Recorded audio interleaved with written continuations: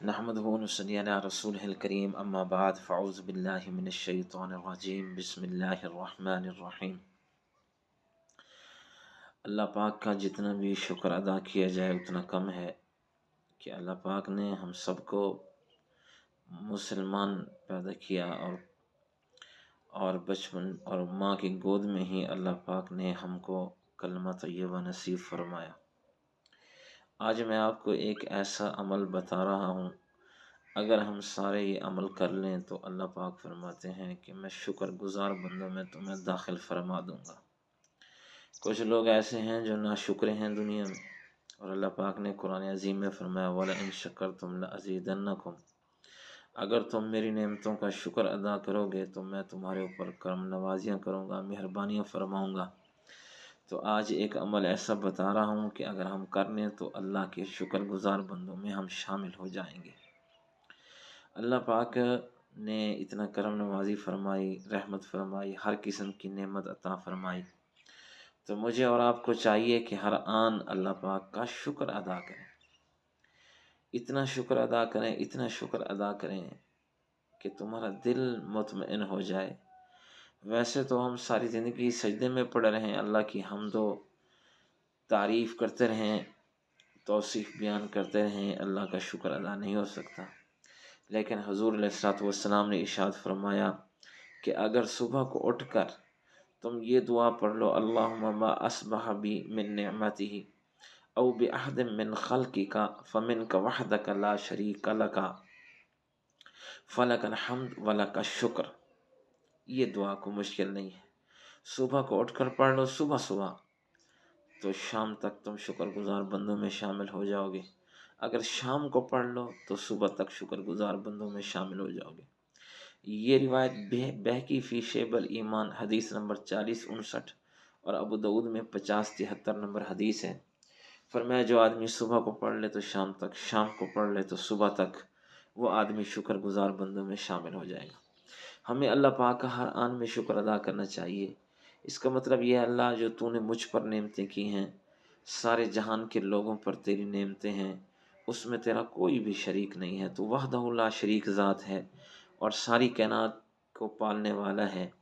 ہر آن ہم اربوں خربوں ان گنت اللہ تیری نعمتیں جو ہے وہ استعمال کرتے ہیں، ہم تیرا شکر ادا نہیں کر سکتے۔ حضرت داؤد علیہ السلام کو حکم ہوا کہ آپ شکر کا حق ادا کریں، تو داؤد علیہ السلام سوچتے رہے کہ اللہ کے شکر کا حق کون ادا کر سکتا ہے، اتنی نعمتیں ہیں۔ تو انہوں نے کہا اللہ میں تیرا شکر ادا کر ہی نہیں سکتا۔ تو اللہ پاک نے فرمایا یہی تو ہے میرے شکر کا حق ادا کرنا، کہ تم یہ تصور کرو کہ تم اللہ کا شکر ادا نہیں کر سکتے۔ میرے بھائی، دنیا میں اگر سب سے زیادہ کوئی دکھیا انسان، غمگین انسان پڑا ہو، یعنی مرض میں پڑا ہو، بستر پہ پڑا ہو، ہاتھ نہ ہو، پاؤں نہ ہو، اور اس کے بعد اس کے لیے کھانے پینے کا کوئی انتظام نہ ہو، خدمت گزار نہ ہو، یتیم مسکین فقیر ہو، وہ بھی اللہ کا شکر ادا نہیں کر سکتا۔ اللہ پاک ہم سب کو اپنے غضب سے بچائے۔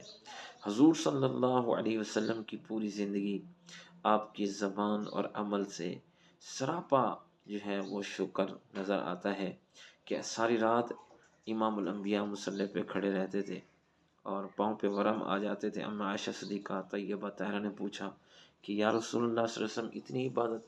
آپ نے فرمایا افلا اکون عبدا شکورا، میں اللہ کا شکر گزار بندہ نہ بنوں کہ جس نے مجھے اتنی نعمتوں سے نوازا ہے۔ تو ہمیں بھی چاہیے کہ ہم اللہ پاک کا شکر ادا کریں، جتنا ہو سکے اس کو شکر ادا کریں۔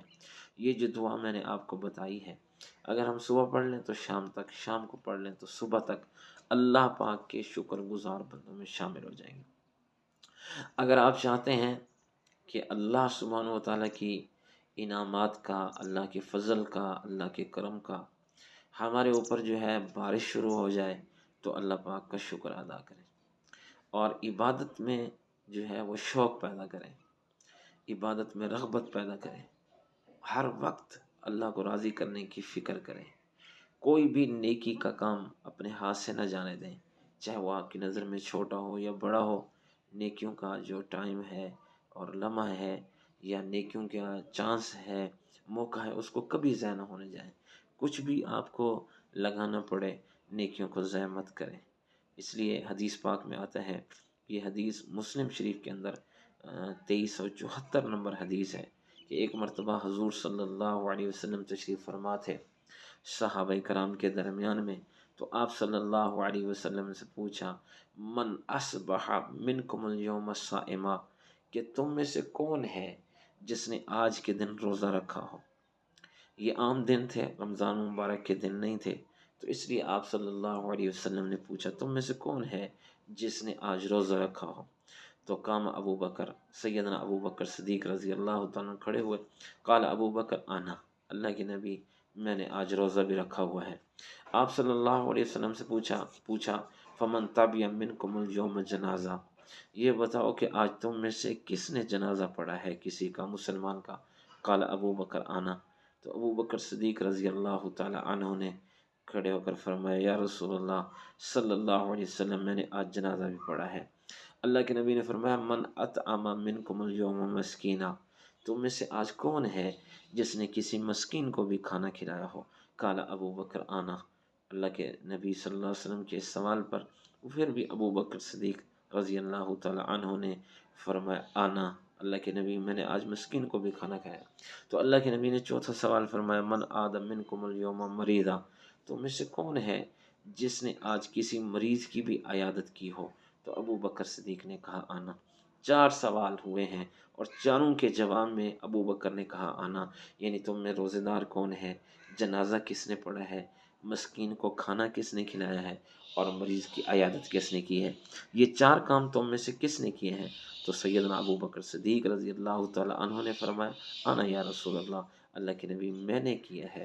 تو حضور صلی اللہ علیہ وسلم نے فرمایا مجتمعنا فی امر الا دخل الجنہ، اللہ کے نبی نے صاحب فرمایا جس آدمی میں یہ چاروں کام جمع ہو جائیں ایک دن میں تو وہ بے حساب جنت میں داخل ہو جائے گا۔ تو میرے بھائی یہ کون سے مشکل کام ہیں؟ اگر جنازہ ہے مومن کا، مسلمان کا، شریک ہو جائیں، کوئی مریض ہے تو عیادت کریں، اس کے لیے اچھے لفظ بولیں، اس کی خدمت کریں، اگر کوئی غریب ہے تو مسکینوں کو، یتیموں کو، بیواؤں کو کھانے کا انتظام کریں، اور نفلی روزے، یہ کوئی مشکل نہیں ہے۔ تو حضور صلی اللہ علیہ وسلم فرمایا تم میں سے جس میں یہ کام جمع ہو جائیں تو داخل الجنہ، وہ جنت میں داخل ہو جائے گا۔ تو اس لیے شکر ادا کریں اور نیکی کا کوئی موقع اپنے ہاتھ سے نہ جانے دیں، تو گویا کہ ہم اللہ کی رحمتیں اور فضل جو ہے وہ اپنے اوپر لے رہے ہیں۔ دعا یہ ہے اللہ تعالیٰ مجھے آپ کو عمل کرنے کی توفیق عطا فرمائے۔